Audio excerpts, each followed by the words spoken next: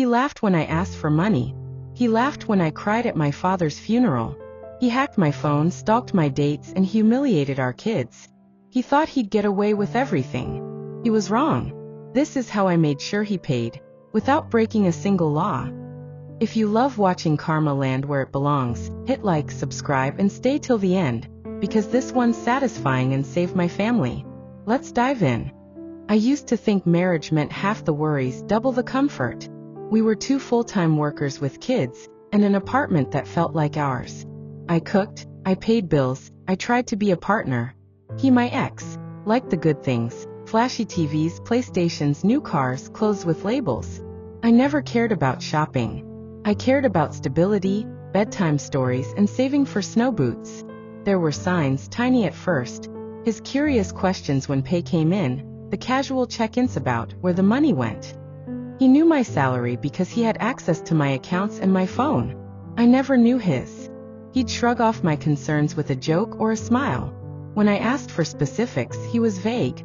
That vagueness became a pattern, a smokescreen for a life I didn't sign. After we separated, and even during the bitter divorce, the truth spilled out like rotten fruit. He had taken a massive loan behind my back. The money was gone. TVs, games, cars, expensive nights I never asked for. I remember the click in my chest the moment he admitted it. Not a whisper of remorse, just a casual, "We can afford it." Except we couldn't. The emotional abuse followed.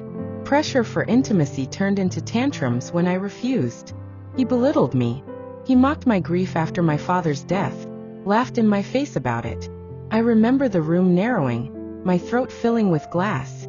I swallowed words I wanted to throw at him, because he was volatile and the kids were there. I kept quiet to protect them. That, I now know, was my biggest mistake and my biggest sacrifice. After he moved out, his control didn't end, it mutated. He hacked my phone. He read my messages, tracked my dates, harassed the men I talked to. One of them got his number blasted on dating sites. Another received threats in the middle of the night. He called, he yelled, he threatened to go over and sort things out. One night at a party, my daughter called me crying. "Why is Daddy so angry at you, Mom? Please come home before he does something stupid." The raw terror in her voice split me open. My chest turned to ice. I had to be calm for her, even though every hair on my body screamed to retaliate. He behaved like a child on a rampage, and our kids were left to pick up the pieces. I was the doormat everyone expected me to be, polite, reasonable, the bigger person. I pretended not to hear his slurs. I swallowed the insults. I kept our kids in his life because I believed it was what they needed. I was so wrong about what keeping them in his life really meant. The last time he went off at a school event, in front of teachers, parents, and our kids, something inside me broke. He shouted. He cursed. Kids ran. CPS was called. My daughter hid behind a teacher and sobbed. In that moment, the decision was obvious. This isn't co-parenting. This is dangerous. I called CPS. I went to court. I fought for the kids alone. I told the truth about the phones, the hacking, the harassment, the mocking of my grief. I showed the texts. I showed up. And for the first time in years, the law listened. My revenge wasn't about theatrics. I refused to play his game. Instead, I chose 3 things he couldn't bully away: the law, the truth, and my life. Documentation. I kept every text, every call log, every screenshot. When someone gaslights you, paper is your friend. The night he stalked my phone, I had timestamps. When he harassed my dates, I saved everything. Legal channels. I filed complaints. I asked for restraining orders where appropriate. I went to custody hearings and laid out his pattern, not as revenge but as protection. The court could take his paycheck and enforce child support. The system moved slowly, but it moved. Silent social justice. I never screamed on social media. I didn't post dramatic all-caps rants. Instead, I quietly let truth reach the right ears. School officials, his workplace HR, family members who deserved to know the risks. I didn't smear him. I explained why he was a risk for our kids. I told the truth, calmly, plainly, and with evidence. Step 4. Live well. The best revenge. I focused on my kids, my work, and my healing. went to therapy with them. I organized routines. I opened a savings account in my name, paid rent on time, and became visible in my community. Let him have chaos. I would build stability. It didn't happen in one dramatic moment. It was a slow collapse. He wanted to be untouchable. He was not. The court officially granted me primary custody after his public meltdown and CPS investigations. Child support started getting garnished from his paycheck. The state bypassed his avoidance. His parents, who had been propping him up, learned the full story.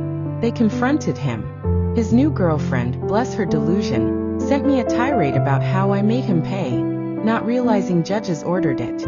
She called me cold. She called me crooked. I replied once bluntly. Then I blocked her. Where he had once used money, tech, and intimidation, the law used numbers, documents, and process. It wasn't glamorous. It was effective. And privately, I bought my kids a chipped little winter coat when they needed one. I took them on a small trip that cost little, but meant the world. I laughed with them at midnight over hot chocolate. Those nights were the revenge. Their safety, their smiles. He couldn't buy. He was furious, angry like a man who'd been unmasked. He tried to withhold visits, to miss pickups, to make the court process miserable. He lied to new people. He raged on the phone. But his knife-edge behaviors were now visible to people who mattered. Employers, therapists, his own family. His reputation, fragile as he'd built it with gadgets and bravado, cracked. The people who had once turned a blind eye began to see. He didn't go to prison. He didn't lose everything overnight. But his control bled away, drop by drop. The debts remained. The garnishments stayed. The kids were safe. I slept better. The first night I didn't flinch when my phone vibrated. That was my release. The first time my daughter climbed into bed and asked, "Mom, are we okay now?" And I could say, yes, with no catch in my voice, that was victory. Revenge for me wasn't screaming. It wasn't vandalism. It was creating a life where my children felt safe, where their mother could breathe without fear. That felt like. If you're listening and you've been bullied, stalked, or gaslit, know this. You don't need to get even with a dramatic stunt. Keep your evidence. Use the system. Build your life. Let the truth do the heavy lifting.